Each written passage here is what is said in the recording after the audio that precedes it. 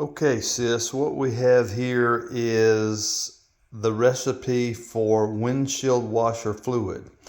We have a gallon of distilled water, cost you about $1, okay, not the $3, $4, or $5 that you see for windshield washer fluid.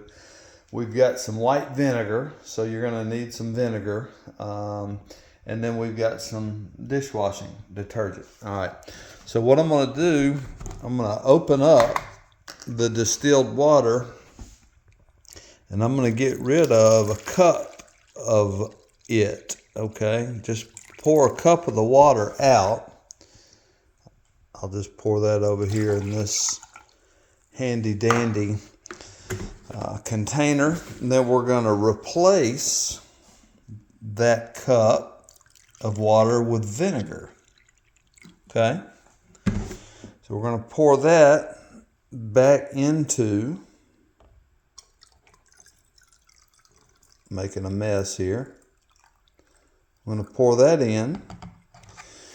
All right, then we're going to take 1 tablespoon of dishwashing detergent.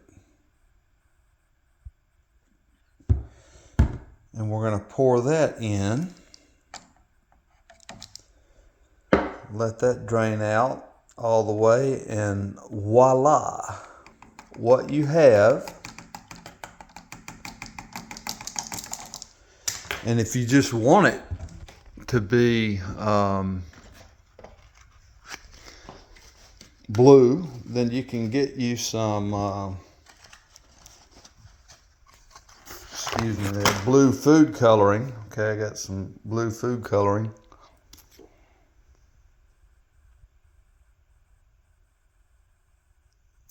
And you can make it blue by putting blue food coloring in there.